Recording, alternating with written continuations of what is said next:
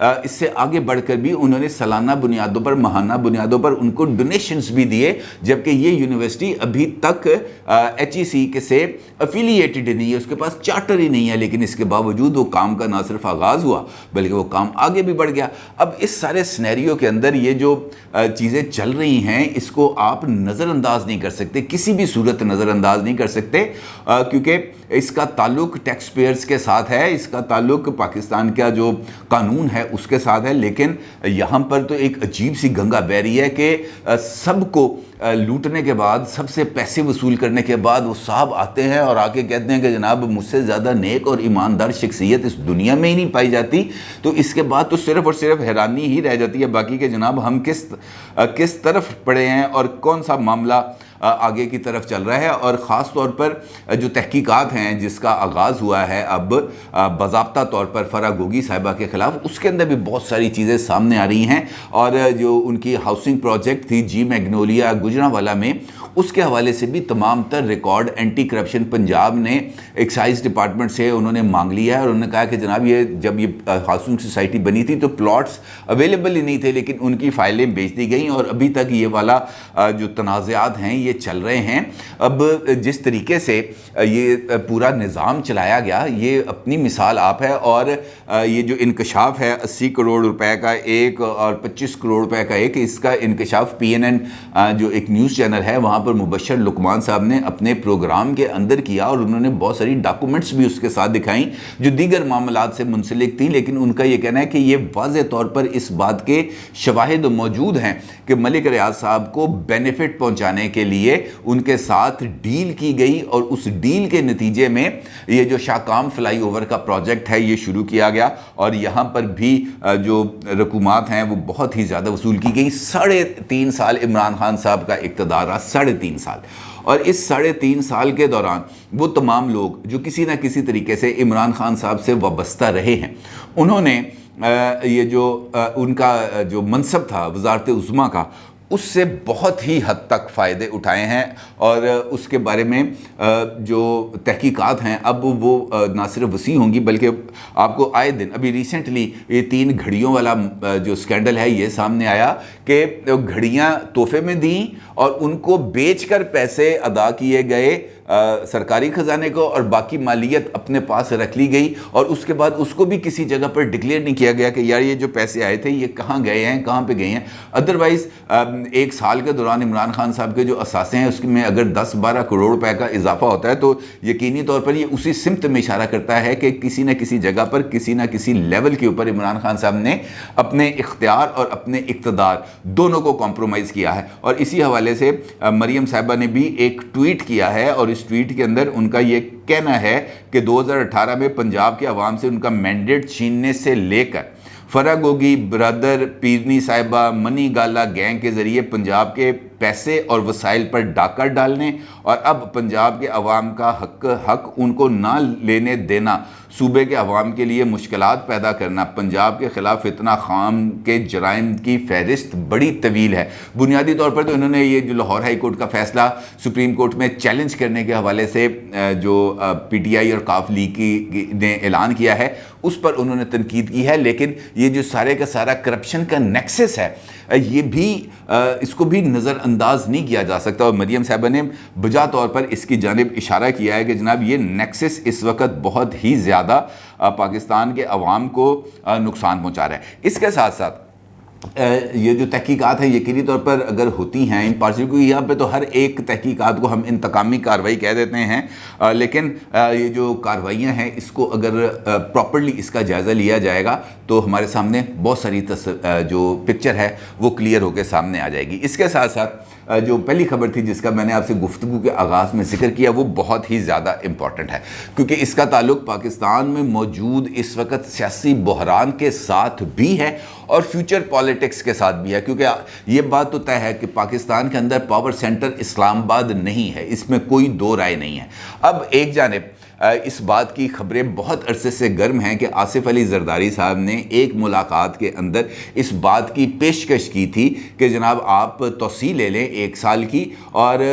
توسیع لینے سے یہ فائدہ ہوگا کہ پاکستان کے اندر اس وقت جو بحث چل رہی ہے کہ جناب نومبر کے اندر نئی تقرری ہوگی، اس سے پہلے حالات بدل جائیں گے، حکومت چلی جائے گی، الیکشنز ہو جائیں گے، اس قسم کی ساری کیا سرائیوں کا بھی خاتمہ ہوگا اور پاکستان کے اندر پولیٹیکل سٹیبلٹی بھی آئے گی، اور اس کے ساتھ ساتھ جو ٹریک ہم نے پکڑا ہے معاشی بحالی کا، ہم اس کو بھی پائے تکمیل تک پہنچا سکیں گے۔ لیکن اس وقت اس بات کا کوئی کلیئرٹی کے ساتھ جواب نہیں دیا گیا تھا۔ پھر یہ بات آگے بڑھتی رہی کہ جناب ایکسٹینشن ہوگی، ایکسٹینشن نہیں ہوگی، ایکسٹینشن ہوگی، ایکسٹینشن نہیں ہوگی، اور یہ سلسلہ چلتا رہا ہے۔ اور پھر خرم دستگیر صاحب نے ایک ٹی وی ٹاک شو کے اندر اس بات کا ذکر کیا تھا کہ جناب یہ جو جنرل فیض حمید صاحب ہیں جو D G I S I رہ چکے ہیں، انفیکٹ عمران خان صاحب نے ان کو چیف آف آرمی سٹاف بنانے کا فیصلہ کر لیا تھا، اور اگر وہ چیف آف آرمی سٹاف بن جاتے تو عمران خان صاحب نے اگلے 15 سال تک اقتدار میں رہنا تھا، اور وہ اقتدار میں رہنے کا مطلب یہ تھا کہ ان کے لیے اپوزیشن کو منظر سے ہٹانے کی راہ نے ہموار ہونا تھا، اور تمام کی تمام اپوزیشن قیادت نے جیل میں چلے جانا تھا، جس کے بعد عمران خان صاحب کے لیے گلیاں اجڑنے کی، سنجیاں والی صورتحال پیدا ہو جانی تھی، کیونکہ جب اپوزیشن ہی نہیں ہونی تھی تو پھر الیکشن کا تو صرف اور صرف ایک ڈرامہ ہونا تھا، اور اس ڈرامے میں یقینی طور پر عمران خان صاحب نے نہ صرف 2/3 اکثریت حاصل کر لینی تھی، بلکہ اس کے ساتھ ساتھ انہوں نے اقتدار کے اوپر اپنا قبضہ بھی جما لینا تھا۔ اب یہی خرم دستگیر خان صاحب نے ایک ٹی وی ٹاک شو میں اس بات کا انکشاف کیا۔ خرم دستگیر صاحب کا یہ کہنا ہے کہ نئے چیف آف آرمی سٹاف کی تقرری کے لیے مشاورتی عمل کا باضابطہ طور پر آغاز کر دیا جائے گا اگست کے آخری ہفتے میں یا سپٹمبر کے پہلے ہفتے میں، اور جو تقرری ہے وہ پاسبلی یہ ہے کہ اکتوبر کے اندر نئی تقرری کا اعلان کر دیا جائے گا، یا ستمبر کے آخر میں ہی نئی تقرری کا اعلان کر دیا جائے گا، اور اس کے لیے تمام اتحادی جماعتوں سے مشاورت بھی کی جائے گی۔ اور یہ خبر میں نے مختلف ٹی وی چینلز دیکھے ہیں، خرم دستگیر صاحب کل گئے ہوئے تھے ڈان ٹی وی پر عادل شاہ زیب صاحب کے پروگرام میں، وہاں پر تو انہوں نے اس قسم کی بات نہیں کی، کسی اور ٹی وی چینل پہ کی ہوگی وہ مجھے اس کا علم نہیں ہے۔ البتہ یہ ضرور ہے کہ دنیا نیوز کی جو ویب سائٹ ہے، ڈیلی دنیا کی، اس ویب سائٹ کے اوپر ایک خبر موجود ہے جس کا عکس آپ اس وقت اپنی اسکرین پر دیکھ سکتے ہیں۔ اس میں واضح طور پر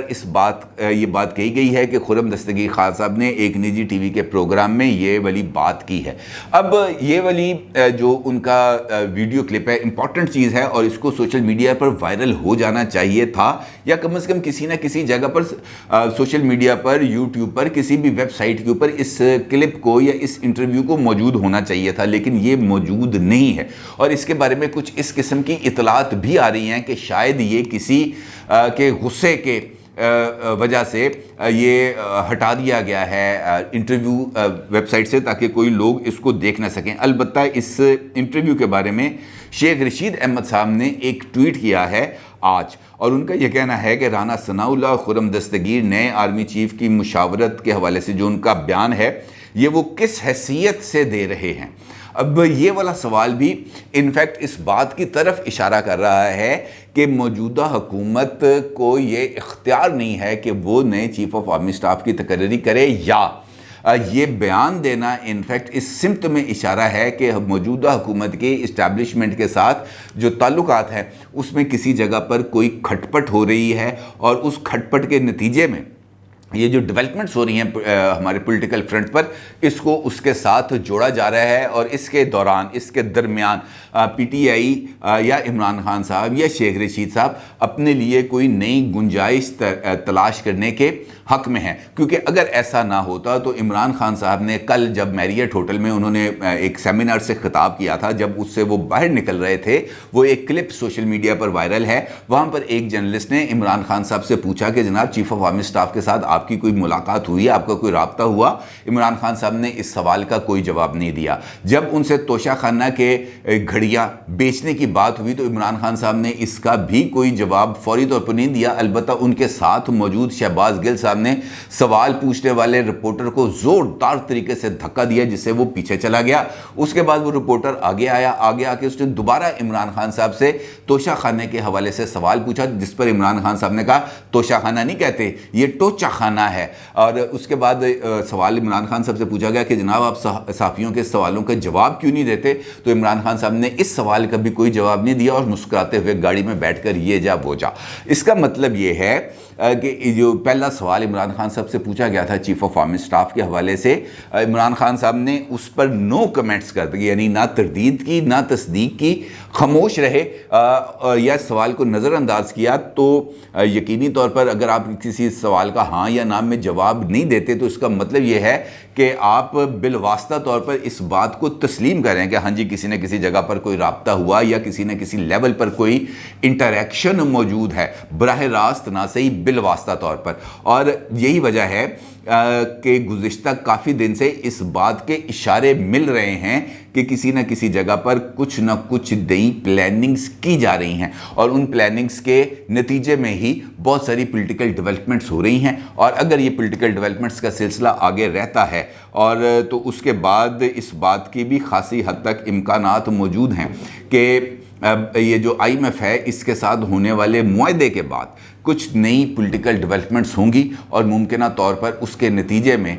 جو نئی کوئی پیش بندی ممکنہ طور پر ہو سکتی ہے، وہ موجودہ حکومت کے لیے بہت حد تک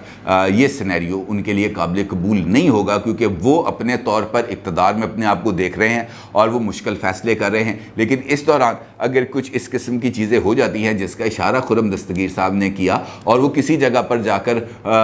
ہرٹ کرتی ہیں، تو پھر صورتحال خراب ہے۔ پھر اس کا مطلب یہ ہے کہ وہ جو اشارے مل رہے ہیں وہ کسی نہ کسی جگہ پر جائیں گے، منطقی انجام تک پہنچیں گے، اور اس کے بعد عمران خان صاحب کا مطالبہ مان لیا جائے گا، یعنی نئے الیکشن ہوں گے۔ اپنی رائے کا ضرور اظہار کیجیے گا۔ آپ کا بہت شکریہ۔ اللہ حافظ۔